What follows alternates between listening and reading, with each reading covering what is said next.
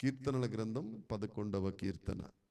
ఈ పైనున్న మాట ఏమిటి అని అంటే, ఇది దావీదు గారు రాసిన కీర్తన. దావీదు గారు రాసిన కీర్తన. అయితే దావీదు గారు ఎప్పుడు రాశారు ఈ కీర్తన రాయటానికి? సందర్భం ఏమిటి అని అంటే, దావీదు గారు సౌలు ఆస్థానంలో ఉన్నప్పుడు, రాజుగా కాదు, అల్లుడిగా కాదండి, రాజ ఆస్థానంలో ఉన్నప్పుడు. ఎందుకనంటే సౌలు గారి మీదకి దురాత్మ వస్తూ ఉండేది.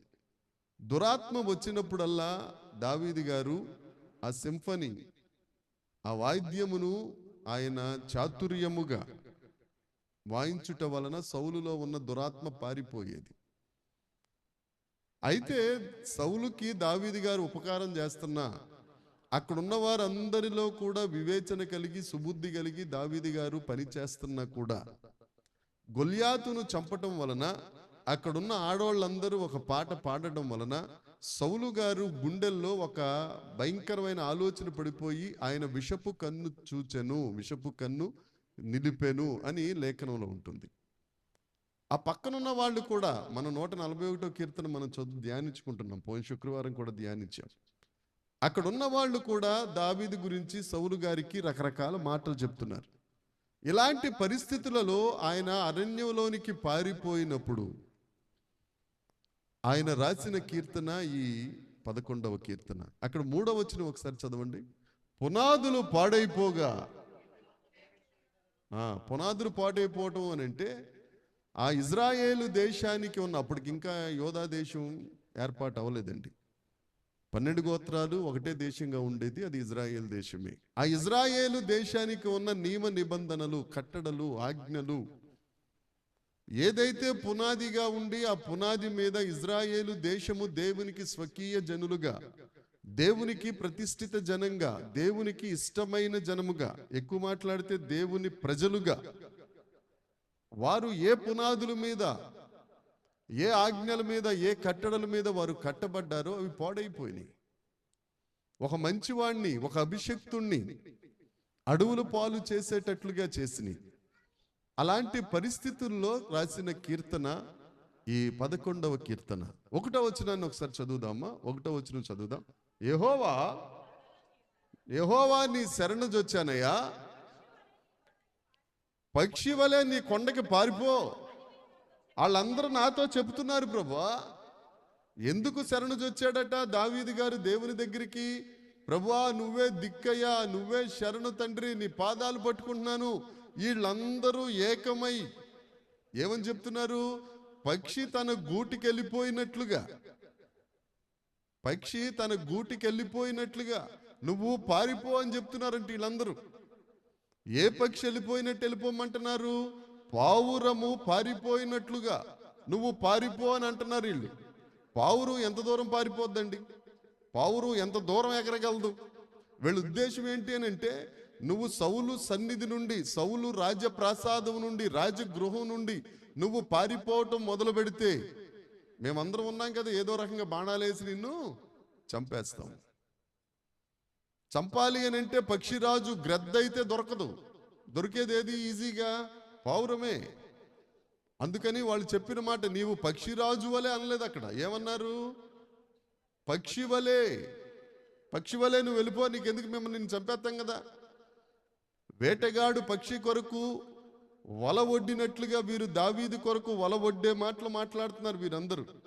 దేవునికి స్తోత్రం. పాస్టమ్మ గారు చప్పట్లు కొట్టారంటే మీరు కూడా చప్పట్లు కొట్టమని ఎదురుగుండా కూర్చుంది ఆవిడ. కొడదావిడ గట్టికి కొడదాం చప్పట్లు ఆవిడ కోసం. యెషయా గ్రంథం దేవునికి స్తోత్రం. 40వ అధ్యాయము 51వ వచనాన్ని మనం చూస్తే, యెహోవా కొరకు ఎదురు చూచువారు, చెప్పాలి మస్తానబీ గారు. తర్వాత వారు పక్షిరాజు వలె రెక్కలు చాపి ఎక్కడికి ఎగురుతారట? పైకి ఎగురుతారు. దేవునికి స్తోత్రం. వీళ్ళు ఈ చుట్టుపక్కల ఉన్న వాళ్ళందరూ బంధువులే, ఒక ఇంటి పేరటోళ్ళు కాకపోయినా మొత్తానికి బీరకాయ పీచు సంబంధమే వాళ్ళందరిది. 12 గోత్రాలందరూ ఒక తండ్రికి పుట్టినోళ్లే కదండి. ఏమండి? సొంతోళ్లే. వీళ్ళందరూ ఏమన్నారంటే, నువ్వు పక్షిలాగా వెళ్ళిపో, నీకు ఎందుకు, నేను చంపేస్తాం కదా మేము అంటున్నారు. కానీ దేవుడి దగ్గరికి వెళ్ళాడు, శరణన్నాడు. ఎందుకో తెలుసండి, ఆ దేవుని కొరకు ఎదురు చూస్తే నూతన బలం వస్తుంది. ఆ దేవుడి దగ్గరికి వెళ్తే ఆ దేవుడు ఏం చేస్తాడు అని అంటే, ఆయన ఉన్నతమైన దేవుడు గనుక, ఆయన పైనున్నవాడు గనుక, కిందనున్న మనలను సహితం ఆయన కొరకు ఎదురు చూస్తూ ఉంటే నూతన బలం ఇచ్చి ఆయన సన్నిధికి చేరేటట్లుగా దేవునికి స్తోత్రం. అక్కడ ఉన్న మాట అదే, పక్షిరాజు వలె వారు ఎక్కడికి వెళ్ళిపోతారట, పారిపో, పక్షిరాజు వలె పై పైకి దేవునికి స్తోత్రం కలుగును గాక. 2 తిమోతి పత్రిక 2వ అధ్యాయము 22వ వచనాన్ని ఒకసారి చూద్దాం. తిమోతి గారికి పౌలు గారు వ్రాసిన 2వ పత్రిక 22వ వచనం, 2వ అధ్యాయము 22వ వచనం. ఎక్కడి నుంచి పారిపోవాలి? ఎక్కడి నుంచి? యవనేచ్ఛల నుండి పారిపో, పవిత్ర హృదయులుగా ఉండి. ఎవరికి? ప్రభువునకు ఉన్నత స్థలాల మీదకి వెళ్ళిన తర్వాత ఏముంటుందండి అక్కడ? ఉన్నత స్థలముల మీద, పవిత్ర స్థలముల దగ్గర ఏముంటుంది? పవిత్ర హృదయం కావాలి, అక్కడికి వెళ్ళాలండి.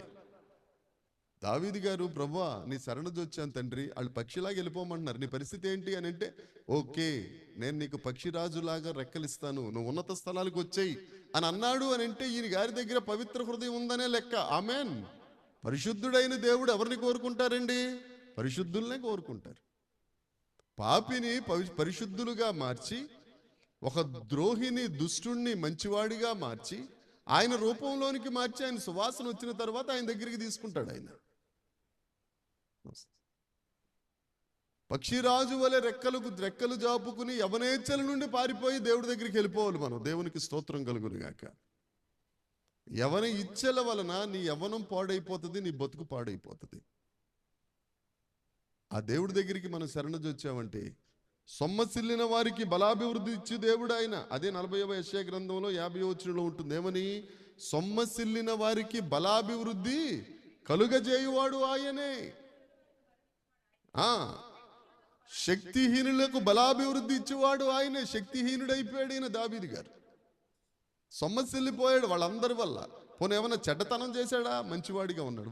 వాళ్ళు ఎందుకు చంపేయాలనుకున్నారు దావీదునంటే, ఆయన దేవుడికి ఇష్టడు కాబట్టి. ఎందుకు చంపాలి అని అనుకున్నాడు కాబట్టి? పవిత్రుడు కాబట్టి. ఎందుకు చంపాలి అని అనుకున్నాడు అని అంటే, దేవుడిని ఆరాధించేవాడు కాబట్టి. ఒక మాట చెప్తానండి దావీదు గారి కోసం. ఇంట్లో ఉన్నది తక్కువ, ఆయన తల్లిదండ్రుల మధ్యన, సహోదరుల మధ్యన ఉన్నది తక్కువ. చిన్నకాలం అంతా అడవుల్లో గొర్రెల దగ్గర గడిచిపోయింది. తరువాత సౌలు ఆస్థానం సరిపోయింది, తరువాత అరణ్యం సరిపోయింది. 3/4 భాగం అరణ్యంలో, సౌలు ఆస్థానంలో గొర్రెలు కాసుకుంటానే సరిపోయింది. అలాంటి వాడిని దేవుడు విడిచిపెట్టలేదు. అధిక కాలం దేవుని రాజ్యమును పరిపాలించడానికి, దేవుని రాజ్యమును స్థిరపరచడానికి, దేవునికి ఒక మార్గమును ఏర్పాటు చేసేవాడిగా దావీదుని ఏర్పాటు చేసుకున్నాడు. దేవునికి స్తోత్రం. ఆయన దగ్గరికి వెళ్తే మనం దేవుడు చేసే గొప్పతనం అదే. నిన్ను విడిచిపెట్టడు ఆయన. అందుకనే అనుభవంతో చెప్తాడు. ఒకప్పుడు నేను చిన్నపిల్లోడుగా ఉన్నానండి, ఇప్పుడు వృద్ధుడిని అయిపోయాను. నీతిమంతులు విడిచిపెట్టడం కానీ, భిక్షమెత్తుకోవడం కానీ, సిగ్గుపరచడం కానీ నేను ఎక్కడా చూడలేదు. చూడం కూడా. కాబట్టి దేవుని యందు ప్రియమైన వారలారా, పక్షిరాజు ఆయన శరణొచ్చితే పక్షిలా చేయడు, పక్షిరాజులా చేస్తాడు. దేవునికి స్తోత్రం. 2వ వచనం చదువుదాం. 2వ వచనం. దుష్టులు విల్లెక్కి పెట్టి ఉన్నారు. ఎక్కడండి? చీకటిలో యథార్థ హృదయుల మీద దుష్టులు విల్లెక్కు పెట్టారంట. చీకటి, శ్రమకాలంలో, శోధన కాలంలో, నువ్వు ఏది ఆలోచించినా, ఏది చేద్దామనుకున్నా ఎదురొస్తున్న కాలంలో, కలిసి వచ్చినవన్నీ కలిసి వెళ్ళిపోతున్న కాలంలో, నువ్వు ఇంకా దేవుని ఎడల యథార్థంగా ఉండి, శ్రమలు వచ్చినప్పుడు, కష్టాలు వచ్చినప్పుడు, శోధనలు వచ్చినప్పుడు దేవునికి కాస్తంత దూరం అవుతాం మనం. ఏంటి అని అంటే, నలిగిపోతున్నాను బ్రదర్, గడాంధకారపు లోయ అయిపోయింది బ్రదర్. ఈ 23వ కీర్తనుడు చెప్పేస్తుంటారు అందరూ. గడాంధకారపు లోయ వచ్చింది బ్రదర్, కాబట్టి నలిగిపోతున్నాం. కొద్దిగా ప్రార్థన తగ్గిందిలేండి. గడాంధకారపు లోయ వచ్చినప్పుడే దేవుడిని పక్కన ఉంటాడు. అక్కడ ఉన్న మాట అదే, గడాంధకారపు లోయలలో సంచరించినను ఎందుకని ఎందుకని నీవు నాకు తోడై. అవును, నీకు తోడుగా ఉన్నప్పుడు నువ్వు ప్రార్థన చేయాలి, వాక్యం చదవాలి కదా. ప్రార్థన చేయకుండా వాక్యం చదవకుండా ఆయన ఎందుకు తోడుగా ఉంటాడు నీకు? ప్రార్థన చేసి వాక్యం చదివి ఆయనకి స్తోత్రం చెబితేనే ఆయన ఉంటాడు నీతో పాటు. నువ్వేదో పిచ్చి పిచ్చి పనులు చేస్తుంటే, సరే నువ్వు చేస్తుండలే, గాఢాంధకారం కష్టంలో ఉన్నావు కదా పాపం, నీతో ఉంటాను, నువ్వు పడిపో, నేను లేపుతుంటానే అంటాడు దేవుడు. కాదండి, గాఢాంధకారం వచ్చినప్పుడు వాక్యంలోకి వెళ్ళినప్పుడు చూద్దాం, బాకాలోయలో ఎలా ఉండాలి మనం. బాకాలోయ జలమయముగా ఎలా మార్చబడింది, యాత్ర చేయు దినములు వారికి ఎలా ప్రియమైపోయినాయి. నువ్వు బాకాలోయలో కన్నీటి లోయలో ఉన్నప్పుడు నానాటికి, అక్కడున్నమాట, నానాటికి బలాభివృద్ధి పొందుతావు. ఎందుకనంటే బాకాలోయలో కన్నీళ్ళు ఎక్కువ గారుతావు కాబట్టి. నీ కన్నీరే నీకు బలం ఇచ్చేస్తుంటది. బాకాలోయ నిన్ను బలపరిచే లోయ అయిపోతుంది. దేవునికి స్తోత్రం. చీకటిలో యథార్థ హృదయులు ఏం చేస్తారట? కీర్తనల గ్రంథం 57వ కీర్తన 4వ వచనం చూద్దామండి. కీర్తనల గ్రంథం ఎక్కడుందంట? ఆయన ప్రాణం ఏ సింహాలి? ఏ సింహాలి? మానవ సింహాలు. ఆ సింహం అయినా దానికి మనిషి రక్తపు వాసన దానికి తెలియకపోతే క్షమించి వెళ్ళిపోద్ది పక్క నుంచి. మేము పాడేరులో ఉన్నప్పుడు వంట్ల మామిడి అని ఘాట్లో ఒక ఊరు ఉండేది, బంగారక్క తెలిసే ఉంటుంది. అమ్మా అట్లేదా? ఇటేనా? అయినా తెలిసట్టుందిలా. అదిగో అన్నిట్లోనూ ఉంటుంది ఆవిడ. ఆ వంట్ల మామిడి దగ్గర నుంచి కందమామిడి అనే ఊరికి పులెళ్తుండేది. అక్కడ అన్ని ఊర్లే. అది మేనేటర్ కాలేదు. ఎందుకు అంటే రక్తము యొక్క రుచి దానికి తెలియదు. తెలిస్తే మాత్రం రోజుకు ఒకటి తీసుకెళ్ళిపోద్ది. రోజు పండగే, ప్రతిరోజు పండగే దానికి. కానీ ఈ సింహాలు ఉన్నాయే, నేను సింహముల మధ్య ఉన్నాను. భక్తుడు అంటున్నాడు, నేను ఎక్కడున్నాను? సింహాల మధ్య ఉంది. రోజుకోసారి చంపేస్తున్నారు ఆయన్ని. వీటితో డేంజర్, వీటితో అపాయం ఎక్కువ. అందుకే ఇర్మియా ప్రవక్త అంటాడు, 18వ అధ్యాయం 18వ వచనం చూడండి ఒకసారి. ఇర్మియా గారు రాసిన ప్రవచన గ్రంథం 18వ అధ్యాయం 18వ వచనం.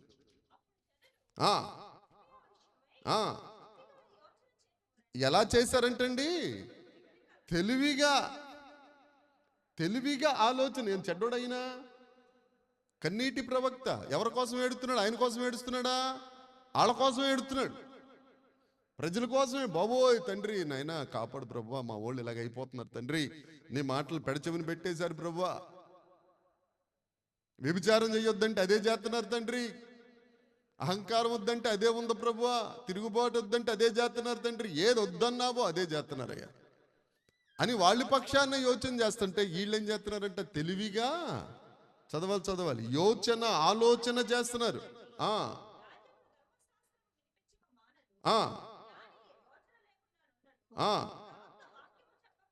మానడు.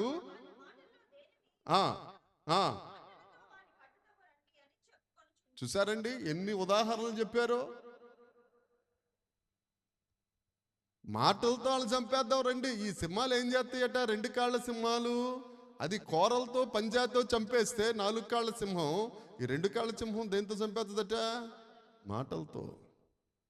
అదే అంటాడు భక్తుడు, చీకటిలో యథార్థ హృదయాల మీద వేయుటకై తమ బాణములను నారి ఎందు సంధించున్నారు. నారి అంటే ఆడది కాదు, నారి అంటే ఆ బాణానికి ఉన్న అది, దాంతో సంధించారు. ఇవన్నీ ఆలోచించుకుని దావీదు గారు ఒక భయంకరమైన మాట అంటున్నాడు 3వ వచనం. చాలా మంచి పెద్ద మాట ఈ మాట. ఏమన్నారు? పునాదులు పాడైపోగా ప్రభువా.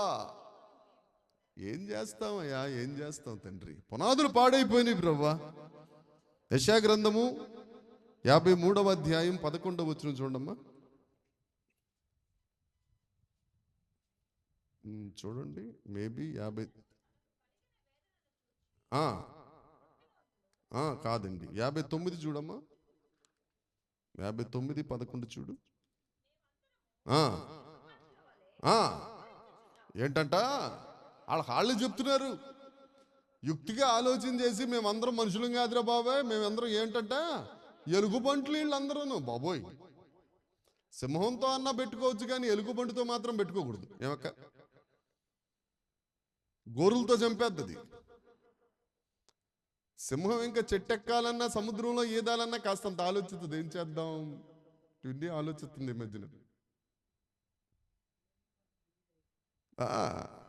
కానీ ఎలుగుబంటి ఆలోచించడం ఉండదు, ఎక్కడమే దేవునికి స్తోత్రం, చంపడమే. ఏమండి,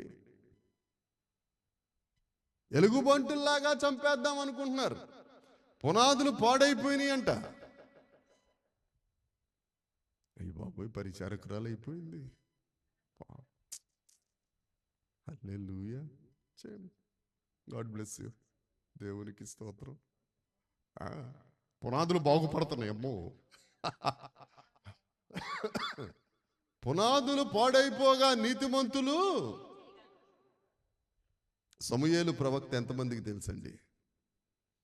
ఆయన బ్యాక్గ్రౌండ్ ఎలాంటిది? అసలు భయంకరమైన పరిస్థితిలో తన తల్లి విపరీతమైన కష్టాలు పడుతున్నప్పుడు దేవుని ఆలయం దగ్గరికి వచ్చి కన్నీళ్లు కార్చి కార్చి కార్చి దేవుని సన్నిధిని కన్నీళ్లతో తడిపేస్తే పుట్టినోడు ఈయన. 3 సంవత్సరాల నుంచి తల్లికి దూరం అయిపోయి, తండ్రికి దూరం అయిపోయి, కుటుంబానికి దూరం అయిపోయి దేవుని ఆలయంలో వచ్చి పడిపోయినోడు ఈయన. 3వ సంవత్సరంలోనే బలిపీఠం దగ్గర పరిచర్య అయింది. ఇక అక్కడి నుంచి మొదలు ఏడవటం ఏడవటం ఏడవటం, ప్రజల కొరకు ఏడవటం ఏడవటం ఏడవటం ఏడవటం, ఇదే పని అయింది. ఆయన కోసం కాదు. ఈ క్రమంలో దేవుడంటే, దేవుని వాక్ అంటే ఎరుగని వయసుకు వచ్చేసరికి దేవుని వాక్ అతనికి ప్రత్యక్షమై ప్రధాన యాజకుడైన ఏలియా గురించే దేవుడు ఆయనతో మాట్లాడేశాడు. ఆయన వయసు ఎంత, ఆయన పరిస్థితి ఎంత, ప్రధాన యాజకుడు పరిస్థితి ఏంటి, ఆయన కట్టడేంటి, ఆయన నియమం ఏంటి, ఏమండి అంత తోడు గురించి చిన్నపిల్లోడికి చెప్పేశాడు దేవుడు అని అంటే అసలు సమూయేలు పరిస్థితి ఎలా ఉందో, పునాది ఎలా ఉందో ఒకసారి ఆలోచించండి. ఆ తర్వాత దాను నుండి బేర్షెబా వరకు ఇతని కీర్తి ప్రసిద్ధి నొందెను. అయినా కానీ వారి కొరకు ఏడుస్తానే ఉన్నాడు. ఎందుకు అని అంటే న్యాయాధిపతుల గ్రంథంలో వీరు పాపం చేయటం, దేవుడు శత్రువులు కప్పచెప్పడం, వాళ్ళేమో యుద్ధం చేసి వీళ్ళు తీసుకెళ్ళిపోవటం, బానిసలైపోవటం, మళ్ళీ అక్కడి నుంచి మొరపెట్టడం, మళ్ళీ దేవుడు విమోచకుడిని పంపించడం, అక్కడి నుంచి విడిపించడం, మళ్ళీ దేశానికి రావడం, మళ్ళీ పాపం చేయటం, ఇదే సర్కిల్. అలాంటప్పుడు పుట్టాడు సమూయేలు. ఆఖరి అధ్యాయం ఆఖరి వచ్చిన ఉంటుంది, వారికి రాజు లేడు, ఎవడి ఇష్ట ప్రకారం వాడు బిహేవ్ చేస్తున్నారట. అలాంటప్పుడు ఈయన, ప్రభువా నువ్వు రాజుగా ఉండయా, నువ్వు పరిపాలించయ్యా, నువ్వు నడిపించయ్యా అని దేవుడి దగ్గర ప్రాధేయపడుతున్నాడు. వారి కోసం ఏడుతున్నాడు ఈయన యాగని, ఈయన వేదనంతా ఆయన కోసం కాదు. ప్రభువా నా తల్లిని చూసుకుంటానే ఒకసారి అని కాదు. తండ్రి రక్షించు ప్రభువా, రక్షించు ప్రభువా, రక్షించు ప్రభువా. ప్రభావం వెళ్ళిపోయిందయ్యా, ఫిలిస్తీన్లు పట్టుకెళ్ళిపోయారు మందసం. ఏంటి తండ్రి సంగతి? ఏడుస్తూ ఉంటే వీళ్ళేం చేస్తున్నారు ఇశ్రాయేలీలు? మొదటి సమూయేలు గ్రంథం 8వ అధ్యాయం, మొదటి సమూయేలు గ్రంథం 8వ అధ్యాయం 6వ వచనం. జాగ్రత్తగా వినండమ్మా. పునాదులు పాడైపోవడం అంటే ఏంటి? అమ్మ ఆడక్కడ కూర్చున్నాడు, జాగ్రత్తగా కూర్చొని, నీకు వందనాలు. ఏం కావాలంటే వీళ్ళకి న్యాయం తీర్చడానికి మాకు రాజు కావాలి. సమూయేలు దృష్టికి అనుకూలంగా లేదు, ప్రతికూలంగా ఉంది.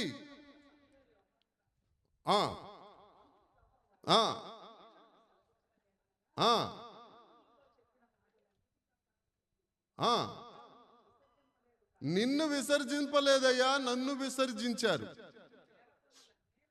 దేవుడు అంటున్నాడండి. దేని కొరకు ఏడుస్తున్నాడు? వీళ్ళు దేవుణ్ణి కాదంటున్నారు, వీళ్ళు రాజును కాదంటున్నారు, దేవుణ్ణి రాజుగా పెట్టుకోవాలి, పునాది పాడు చేసేసుకుంటున్నారు వీళ్ళు అని ఏడుస్తూ ఉంటే దేవుడు మాట్లాడి, సమూయేలా ఎందుకు ఏడుస్తున్నావు? వాళ్ళు నిన్నేమన్నా కాదన్నారా? నన్ను కదా కాదన్నది. అండి ఎంత వేదనతో మాట్లాడుంటాడన్నమాట. ఎందుకయ్యా నువ్వు ఏడుస్తున్నావు? నిన్నేమన్నా కాదన్నారా? నన్ను కదా చీకొట్టారు వాళ్ళు. కాదంటే అదే కదా, నన్ను కదా చీకొట్టారు. ఇంత బానిసత్వంలో నుండి తీసుకొచ్చి ఎర్ర సముద్రాన్ని పాయలు చేసి దేవదూతల ఆహారం టైం టు టైం. ఒకవేళ మన ఇంట్లోనన్న టిఫిన్ 8 గంటలకు తినాల్సింది రాత్రి 18 గంటలకు తినొచ్చు. అక్కడ అలా కాదు, టైం టు టైం పడేది మన్నా. మధ్యాహ్నం భోజనం, రాత్రి డిన్నర్, సూపర్. దాహం వేసింది అని అంటే మధురంగా మారిపోతుంది. దాహం వేసిందంటే బండ్లోంచి నీళ్ళు వచ్చేస్తున్నాయి.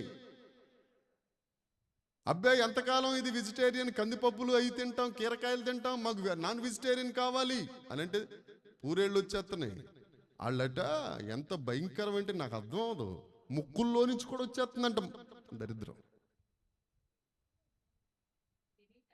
ముక్కులోంచి అక్కడే తెగులు స్టార్ట్ అయింది. 141 కీర్తనలో వారి రుచికల పదార్థములకు నన్ను ఏం చెప్పాడైనా. 141 కీర్తన మర్చిపోయి ఉంటారు, అప్పుడే డస్ట్బిన్లోకి వెళ్ళిపోయి ఉంటుంది. రుచికల పదార్థములను ఆశించొద్దు, వారితో సహవారం. అసలు తిండిబోతుగా ఉండొద్దు. నువ్వు తిండిబోతు అయితే నీ మెడకు పూలదండ వేసుకో అన్నాడా? కత్తి పెట్టుకో. చాలా జాగ్రత్తగా పునాదులు అనేవి చాలా జాగ్రత్తగా ఉండాలి. రాత్రి కూడా మాట్లాడుకున్నాం మనం. పునాది ఎవరు? పునాది ఎవరమ్మా? ప్రభు అయిన యేసుక్రీస్తు మన పునాది. ఆ పునాది మీద మనం కట్టుకోవాలి. అలా కడతా ఉంటే వాళ్ళు దేవుణ్ణే కాదన్నారండి, దేవుణ్ణే కాదన్నారు. సరే అని దేవుడు వాడికి అసలు రాజుని చేస్తే ఎలా ఉంటుందో సమయంలో కొద్దిగా వాళ్ళకి లెసన్ తీసుకో, చెప్పు. ఇగో రాజుగారు ఉంటే ఇలా చెయ్యాలి, ఇలా ఉండాలి, ఆయన ఎదుటి పరిగెట్టాలి, ఆయన విపరీతమైన భార్యలు కావాలంటే మీ భార్యలు లాక్కెళ్ళిపోతే తీసుకెళ్ళిపోవాలి, వాళ్ళు ఏం చేసినా కానీ మీరు కాదనకూడదంటే ఓకే, అదే మాకు కావాలి. రాజును కోరుకుంటే తీసుకెళ్లి సౌలుని ఏం చేశారు?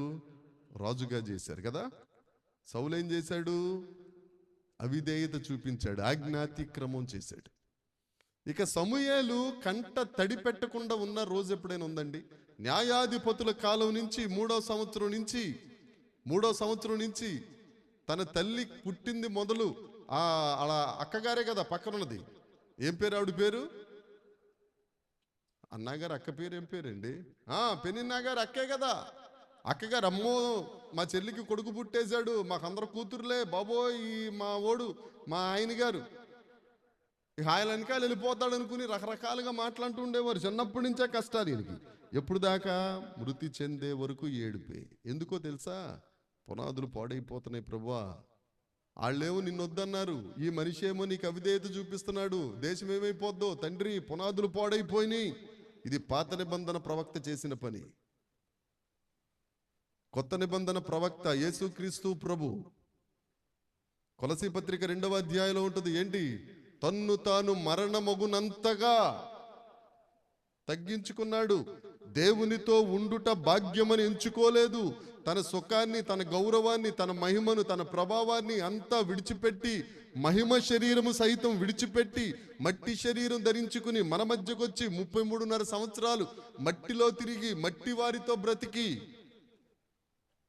3.5 సంవత్సరాలు అద్భుతాలు చేసి, లెక్కించలేని అద్భుతాలు చేసి జనులకు మేలు చేస్తే, యోహాను సువార్త 19వ అధ్యాయం 15వ వచనం ఒకసారి చూడండమ్మా. యోహాను సువార్త 19వ అధ్యాయం 15వ వచనం. పాత నిబంధనలో ప్రవక్త అయిన సౌలుని కాదన్నారు, పునాదులు పాడైపోయి. కొత్త నిబంధనలో చూద్దాం ఎలా ఉందో. అందుకు వారు ఎవరిని సంహరించాలి? రొట్టెలు ఇచ్చిన వాడిని సంహరించండి, అన్నం పెట్టిన వాడిని సంహరించండి, మమ్మల్ని స్వస్థపరిచిన వాడిని సంహరించండి, మాకు ఆదరణ లేకపోతే ఆదరణ లేని హృదయాలకు ఆదరణ ఇచ్చిన వాడిని సంహరించండి, మా మెస్సయ్యను చంపేయండి, చంపేయండి, చంపేయండి, చంపేయండి. దైవజనాంగమా,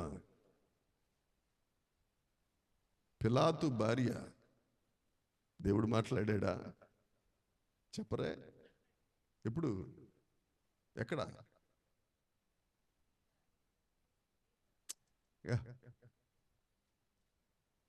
ఎప్పుడన్నా ఆయన్ని ఫాలో చేసిందా?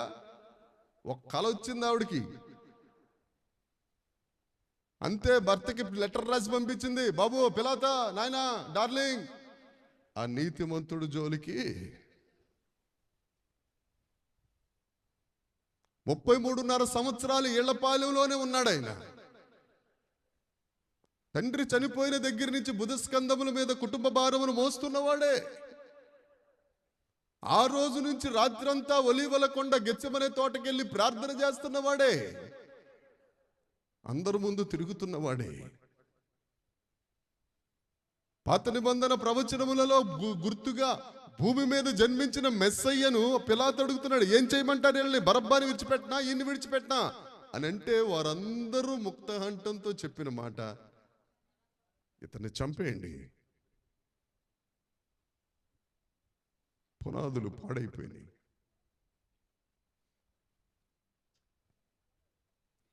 పాత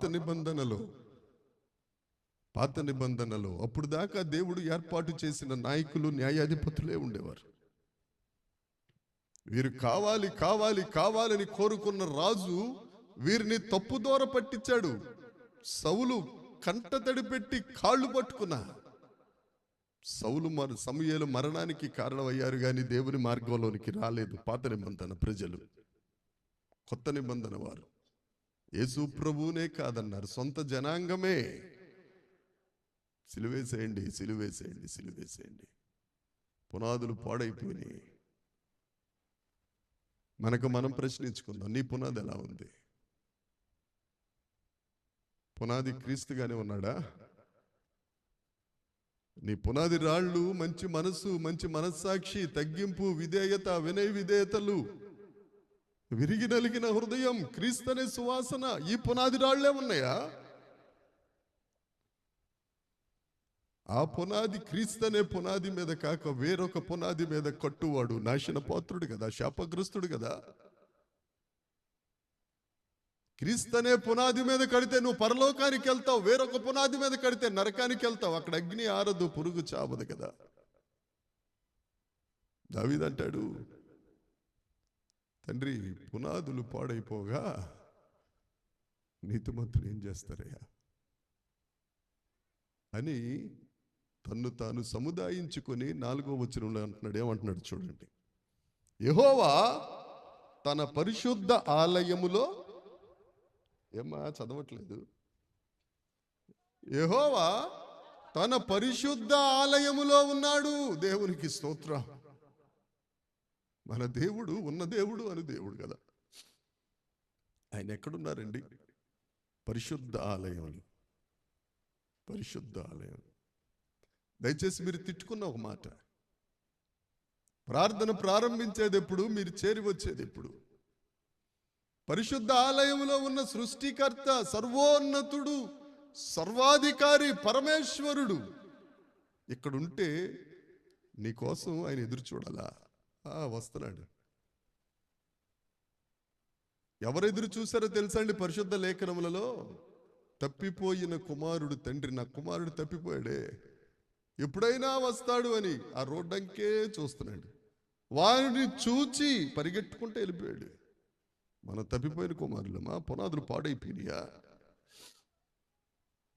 పునాదులు పాడైపోతే నీకు తిండి ఉండకూడదు, పందులు తిండి అయిపోవాలా? అది కాదు కదా. ఒకసారి ఆలోచిద్దాం. చదవండి 4వ వచనం మొదటి లైన్ ఒకసారి.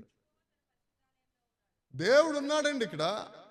ఎక్కడ 2-3 నా నామమున ఏకీభవిస్తారో వారి మధ్యన నేను ఉన్నా. ఎందుకని ఎందుకని ఎందుకని ఇదే లక్షణం కంటిన్యూ అయితే రేపు పొద్దున కడబోర ఊదినప్పుడు కూడా పర్వాలేదులే, అలసత్వం రాదా? ఈ లోపల ఆయన మధ్యాకాశానికి తీసుకెళ్ళిపోతాడు సంఘాన్ని, విడువబడతావు. జాగ్రత్త.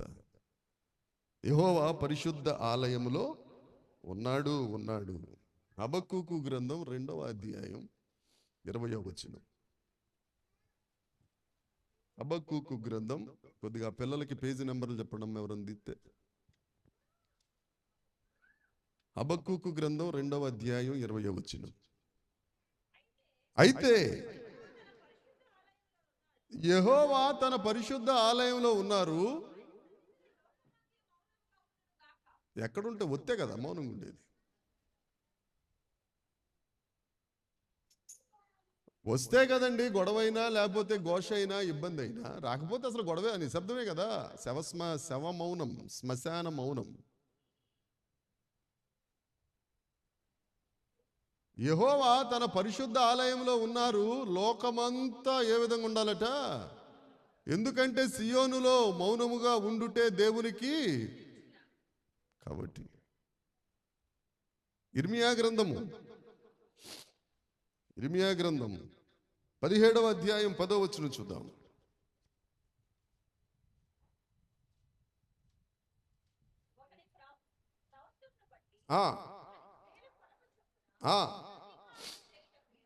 ఏంటంట ముందు వచ్చిన ఒకరి ప్రవర్తనను బట్టి క్రియల ఫలం చొప్పున ప్రతీకారము, దట్ ఈస్ నాట్ ఏ ఉపకారము. మా దేవుడు చాలా మంచోడండి పాస్టర్ గారు. మీకు అలాగ ఉన్నాడేమో కానీ బిలాము ప్రవక్త శపిస్తుంటే దారిలోనే ఏం చేశాడు దేవుడు? దీవెనగా మార్చేసి. మా మీద ఎందుకు ప్రతీకారం చూపిస్తాడు సార్? అలాంటోడు కాదు యేసుక్రీస్తు ప్రభు.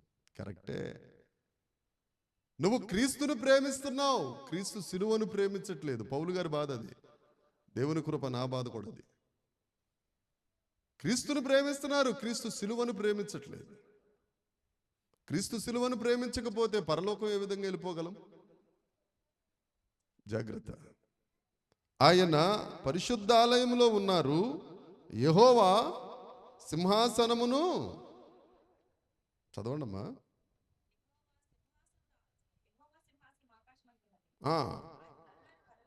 ఎలా చూస్తున్నాడట? తర్వాత అమ్మో, చూస్తే పర్లేదు, ఏం చేస్తున్నాడంటే ఆయన పరిశీలించి. నేను 10th క్లాస్ ఎగ్జామ్స్ రాసినప్పుడు హిందీలో భయంకరమైన వీక్. నేను ఇప్పటికీ రావాలి నాకు హిందీలో లెక్కల్లో 99 వస్తే హిందీలో ఎంత వచ్చింది తెలుసా అండి? సిగ్గు లేకుండా 40 వచ్చేసింది. ఎందుకంటే ఏమి రాశారో నాకే తెలియదు, వాళ్ళు ఏం దిద్దారో నాకు తెలియదు. మాకు హిందీ మాస్టర్ ఉండేవాడు, ఆయన స్కేల్ పట్టుకుని, పాపం వెళ్ళిపోయి ఉంటాడు, స్కేల్ పట్టుకుని స్కేలుకు తగ్గట్టుగా ఉంటే 15 మార్కులు, మధ్యలో ఉంటే 7.5 మార్కులు వేసేస్తుండేవాడు అంతే. అది పరిశీలనగా పేపర్ దిద్దటం, పేపర్ కరెక్ట్ చేయటం కాదు కదా. పరిశీలనగా చూడటం అంటే ఏంటి? అన్ని స్పెల్లింగ్ మిస్టేక్స్ లేకుండా రాస్తే అప్పుడు దేవుడు పరిశీలనగా చూస్తాడు. ఆ హిందీ మాస్టర్ లాగా చూడడు, పరిశీలిస్తున్నాడు. ఏం పరిశీలిస్తున్నాడు? నువ్వు బాహ్యంగా ఎలా ప్రవర్తిస్తున్నావు, అంతరంగంలో ఏ విధంగా ఉన్నావు, రెండు చూస్తాడు ఆయన. నీ డోర్ డెలివరీ అంటే నీ మాట ఎలాగుంది, నీ లోపల ఎలా ఉంది చూస్తాడు. ఒకసారి పాస్టర్లకు కూడా ఎవరన్నా ఏమన్నా తప్పుగా ప్రవర్తిస్తే కోపం వచ్చేద్ది, బయటికి తిట్టకూడదు, చూస్తాడు దేవుడు. అది కూడా ఒక ఆవిడ ఒక ఊర్లో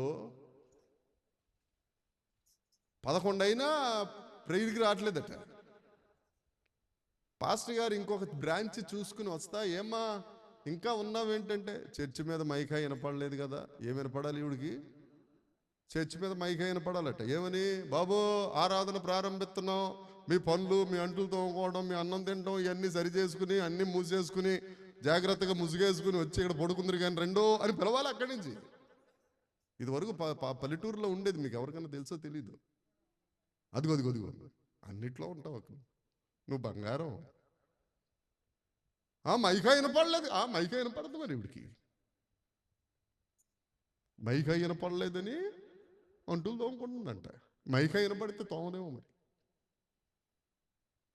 చూస్తాడు. అప్పుడు ఏమనాలి పాస్టర్ గారు? ఏమనాలి? వినపడుతుంది. పరదేశులమో ప్రియులారా పాడినప్పుడు కూడా వినపడుతుంది. పలానా ఆవిడ యేసుప్రభు రక్తం చేయం, అది వినపడతలే అని అనుకుంటాడు పైకి మాత్రం. అవునా, కరెంటు పోయిందక్క, దా వచ్చి. మాకు ఉంది కదా, మీకు ఉందే, అక్కడ లేదు, దా వచ్చి. జాగ్రత్త అమ్మా, పరిశీలిస్తున్నాడు దేవుడు. ఆయన పరిశుద్ధ ఆలయములో ఉన్నాడు. చదువుదాం 6వ వచనం. ఏమండి? ఆయనకు అసహ్యులు. అమ్మా ఈ 5వ వచనం ఇవన్నీ చెప్పుకుంటూ అయిపోతే టైం అయిపోద్ది. కానీ 6వ వచనం దేవుని ఉగ్రత ఏ రకాలుగా వస్తుంది అనేది ఈ వచనంలో 3 లైన్లో 3 రకాలుగా చెప్పాడు. మొదటిది ఉరులు, అగ్ని కురిపిస్తారు. ఉరులు మన తెలుగు బైబుల్ చదువుకుని ఉరి అని అంటే ఉరితాడు వేసేస్తాడేమో పైనుంచి, వేయడు. అగ్ని కురిపిస్తాడు. మీ అందరికి అర్థమైపోయి ఉంటుంది అగ్ని కురిపించింది ఏ దేశం మీద. ఎందుకని? చాలా మంచి దేశం కదా అది. ఏమండి, సొదొమ గొమొర్రా అనగానే మనకు ఒక ఆలోచన వచ్చేద్ది అంతే. ఇప్పుడు పునాదులు పాడైపోయినాయి అనుకో, మన పరిస్థితి అదే కదా. సొదొమ గొమొర్రా పునాదులు పాడైపోయినాయి. వారికి మగ ఆడ తేడా లేదు. ఇప్పుడు వచ్చింది అది లీగలైజేషన్, అది ఎప్పుడో ఉంది అక్కడ. రెండవది ఏంటంట? ఏం శిక్షిస్తాడు? రెండవది అగ్ని గంధకములు వడగాలి. అగ్ని గంధకం కురుతున్నప్పుడు, ఇప్పుడు మీరు మొక్కజొన్న కండులు అంటారా, ఏమంటారు వాటిని? కంకులు. కంకులు కంకులు పెట్టారు. పెట్టిన తర్వాత ఆవిడ ఏం చేస్తుంది? ఎసరపోతే అలాగనమాట. అగ్ని కురిపించి తర్వాత దేవుడు ఏం చేస్తాడు? ప్యాన్ ఎడతాడు, టక్కని స్విచ్ చేస్తాడు అంతే. కీర్తనల గ్రంథం 18వ కీర్తన. కీర్తనల గ్రంథం 18వ కీర్తన. కిష్టయ్య గౌరవంగా డోరేసాయి. కీర్తనల గ్రంథం 18వ కీర్తన 8వ వచనం. ఆయన రాశికారంధ్రముల నుండి ఏం పుట్టిందంట? పుడతది. చిటికెత్తే అగ్ని వచ్చేస్తుంది. నాసికారంధ్రం నుంచి ఏమొచ్చేస్తుంది? ఇక ఫ్యాన్ అక్కర్లేదు, వచ్చేస్తుంది. రెండవది ఇది. మరి అప్పుడు నాసికారంధ్రంలో పాస్టర్ గారు మీరు అన్ని అబద్ధాలు చెప్తారు. ఆదికాండం 2వ అధ్యాయంలో మట్టితో ఆదాంగారం చేసి నాసికారంధ్రం నుంచి పొగొచ్చిందా? ఆయన సర్వశక్తిమంతుడైన దేవుడు, సర్వాధికారి అయిన దేవుడు, సర్వ ఉన్నతమైన దేవుడు. ఏ టైంలో ఏం చెయ్యాలనుకుంటాడో అది చేస్తాడు.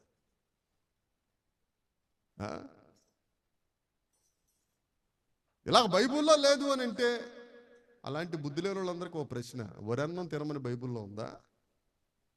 అమ్మా అమ్మా వరన్నం తినమని బైబుల్లో ఉందా? మరే వరన్నం తినేస్తున్నారు కదా. ఎవడా? నేను అడిగింది ఏంటి, నువ్వు చెప్తున్నది ఏంటక్క? వరన్నం తినమని బైబుల్లో లేదు కదా, మరి మిగతా మీరు ఎట్లా చేస్తున్నారు? అయ్యి పర్వాలేదు. ఇలాంటి వాటికి లోతు కూతుర్ల గురించి ఎందుకు రాశారు? నీకెందుకురా? నీకెందుకు? నీకేమన్నా బైబుల్ తెలుసా? కడ తెలుసా? మొదలు తెలుసా? మధ్యస్థంగా తెలుసా? ఏమీ తెలియకుండా నువ్వు ఎందుకు మాట్లాడేటు? ఈ ఎదురు చెప్పేవాళ్ళు కూడా అలాగే చెప్తున్నారు. అది పరిశుద్ధ గ్రంథం, అన్ని పరిశుద్ధంగా రాస్తారు. అబ్బా అవునా? మైనా పరిశుద్ధ గ్రంథాలు. ఒక్క మాట మాట్లాడితే సమయోచితమైన మాట. సామెతల్లో సొలొమోను గారు ఎలా ఉంటుందట, అది అలా ఉండాలి. అలాంటప్పుడే నువ్వు అక్కడికి వెళ్ళాలి. అంతేగాని పిచ్చి పిచ్చి చరిత్ర అంతా చెప్పకూడదు అక్కడికి. అలా చేసే క్రైస్తవ పరువు తీసేస్తాడు జన. ఇప్పుడు అవన్నీ వెళ్ళిపోతుంది. మూడోది ఏంటంటండి? మొదటిది అగ్ని వస్తుంది, రెండవది వడగాలి వస్తుంది, నాలుగవది మూడవది పానీయ భాగం అట. ఏంటి పానీయ భాగం? పాపం కాల్ చేశాడు, కాల్ చేసి మళ్ళీ ప్యాన్ ఎట్టాడు, ఒళ్ళంతా చెమటలు పెట్టేస్తున్నాయి. అసలు ప్యాన్ తిరుగుతున్నా కానీ వేడిగాలి కింద నుంచి పైనుంచి వచ్చేస్తుంది, దాహం వేసేస్తుందని గ్లాసులు మంచినీళ్ళు ఇస్తాడా? 75వ కీర్తన, కీర్తనల గ్రంథం 75వ కీర్తన 8వ వచనం చూద్దాం. 8వ వచనం. ఒక పాత్ర ఉంది, ద్రాక్షారసం ఉంది, నిండి ఉన్నది. ఎవరండి? అదేమన్నా భక్తులు తాగే రుచి కలిగిన ద్రాక్షారసమా? సంభారముతో నిండి ఉందంట. సంభారము ఈజ్ నథింగ్ బట్ ఆయన ఉగ్రతతో నిండి ఉంది. ప్రకటన గ్రంథంలో ఇంకా ఉంటుంది. టైం అయిపోతుంది కదా ఇప్పుడు, అక్కడ దాకా వద్దులే. ఆయన చేతిలో ఒక పాత్ర ఉంది, దాంట్లో ఏముంది? ద్రాక్షారసం ఉంది, సంభారంతో నిండి ఉంది. పోస్తున్నాడు. భక్తిహీనులందరూ మింగకపోతే మెడ మీద కాలేసి తొక్కేస్తాడని అర్థం. ఇక భక్తిహీనులకు ఇది నువ్వు భక్తిపరుడవు, భక్తిపరురాలవైతే ఆ ద్రాక్షారసం వేరు. మళ్ళా ఏమండి? ఆయనతో కూర్చుని, ఆయన భోజనపు బల్ల మీద కూర్చుని, రొట్టె ద్రాక్షారసం అది పవిత్రమైనది. ఏది కావాలి? 3 రకాలుగా వచ్చేస్తుంది శిక్ష. ఒకటి అగ్ని, రెండవది ఫ్యాన్లో, మూడవది రెండోదే వడగాలి, ఫ్యాన్ అమ్మ. పానీయం. ఆఖరి వచనం చదువుదాం. యెహోవా నీతిమంతుడు, ఆయన నీతిని ప్రేమిస్తాడు. యథార్థవంతులు ఆయన ముఖ దర్శనం. 3వ వచనం ఆఖరి వచనం 2 కనెక్షన్. నువ్వు పునాదులు బాగా ఉంటే నువ్వు యథార్థవంతుడిగా ఉంటావు. యథార్థవంతుడిగా నువ్వు ఉంటే దేవుడు ఒక మాట ఆజ్ఞాపించాడు. సంఖ్యాకాండ గ్రంథం 6వ అధ్యాయం, సంఖ్యాకాండ గ్రంథం 6వ అధ్యాయం 24వ వచనం నుంచి ఒకసారి చూడు. నువ్వు పునాదులు బాగుండి యథార్థంగా ఉంటే యెహోవా ఏం చేస్తారంటమ్మా? ఆశీర్వదించి నిన్ను కాపాడుతాడు. తన సన్నిధి ప్రకాశింపజేస్తాడు, కరుణిస్తాడు. యెహోవా నీ మీద తన సన్నిధి కాంతి ఉదయింపజేస్తాడు, నీకు కాపాడుతాడు, సమాధానం ఇస్తాడు, ఆశీర్వదిస్తాడు, ముఖకాంతి ప్రకాశింపజేస్తాడు, ముఖ దర్శనం చేస్తాడు. ఎన్ని ఉంటే నువ్వు యథార్థవంతుడిగా ఉండి పునాదులు పాడైపోతే, ఇప్పుడు మనం అర్జెంటుగా చేయవలసిన పని ఏంటంటే బేల్దారి మేస్త్రిని పిలిపించి పునాదులు ఎక్కడెక్కడ పాడైపోయినాయి అనేది చెయ్యాలి. బేల్దారి మేస్త్రి అంటే ఎవడో తెలుసా? నేనే. మంచి మేస్త్రిని తొందరగా పిలవండి. నాతో పాటు ఇంకో ఆయన ఉంటారు, మా పెద్ద మేస్త్రి గారు, పరిశుద్ధాత్మ దేవుడు. ఆయన లేకపోతే నేను వచ్చినా ప్రశాంతం వచ్చినా ప్రశాంతంగా నిద్రపోవడం తినేసి. ఆయన ఉంటేనే ఏదైనా.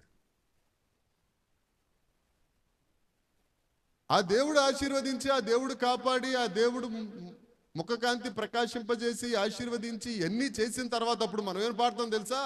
కీర్తనల గ్రంథం 17వ కీర్తన ఉంటుంది. నేనైతే, అది సంగతి. కొట్టో చప్పట్ల దేవునికి స్తోత్రం కలుగును గాక. పునాదులు పాడైపోతే బతుకు పాడైపోద్ది. నువ్వు మంచోడు అయితే, నువ్వు చెడ్డ మంచోడు అయితే ఇబ్బంది, కానీ మంచోడు అయితే దేవుడు ఆయన ముఖ దర్శనం ఇస్తాడు. ఆ సన్నిధి ప్రకాశం నీ మీద పడతా ఉంటుంది. హల్లెలూయా. నువ్వు తిన్నా తినకపోయినా, నీ ఒంట్లో ఎలా ఉన్నా ఏమైపోయినా, అప్పుడు అంటావు నేనైతే దేవుని సన్నిధిలో ఆయన ఏం చేస్తామట? చూస్తాం. ముఖ దర్శనం చాలయ్యా, చాలు. ఆ ముఖ దర్శనం చాలు మన బ్రతుక్కి. ఆమేన్. పాడేస్తాం మనం.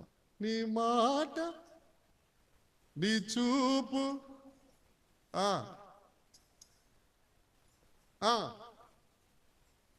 ఓ చరణం పాడండి. ఆ చరణం పల్లవి కాదు చరణం. ఎన్ని బాధ ఇబ్బందులైనను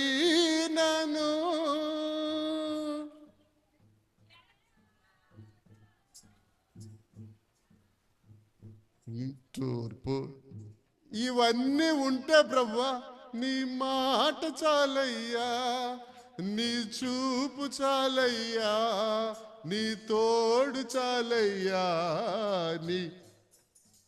ఇవన్నీ లేకపోతే నువ్వు వద్దు యేసయ్యా, నాకొద్దు యేసయ్యా, నే పోతా యేసయ్యా. అది ఇవన్నీ ఉన్నాయి అనుకో, ఆస్తులు పోయినా ఏంటి, మధ్యలో ఆ సముద్రంలోకి వెళ్ళి ఓడ పగిలిపోయినా, సొంత వాళ్ళందరూ అని ఊసినా, అప్పుడు నువ్వు ఉంటే చాలు. అప్పుడు దేవుడు ఏం చేస్తాడు? ఓకే, ఇవన్నీ కంటిన్యూ అవుగాక, పల్లవి లాగా ఉంటే నేను ఉంటాను కదా. అర్థమైతే స్తోత్రం చెప్పండి. పాట పాడొద్దని నా ఉద్దేశం కాదు, పాట అర్థం చెప్తున్నాను మీకు. ఇవన్నీ ఉంటే అప్పుడు నీ ఉంటే నాకు చాలు యేసయ్యా. పాపమ్మక్క, నీ వెంటే నేను ఆమేన్ అంటాడు.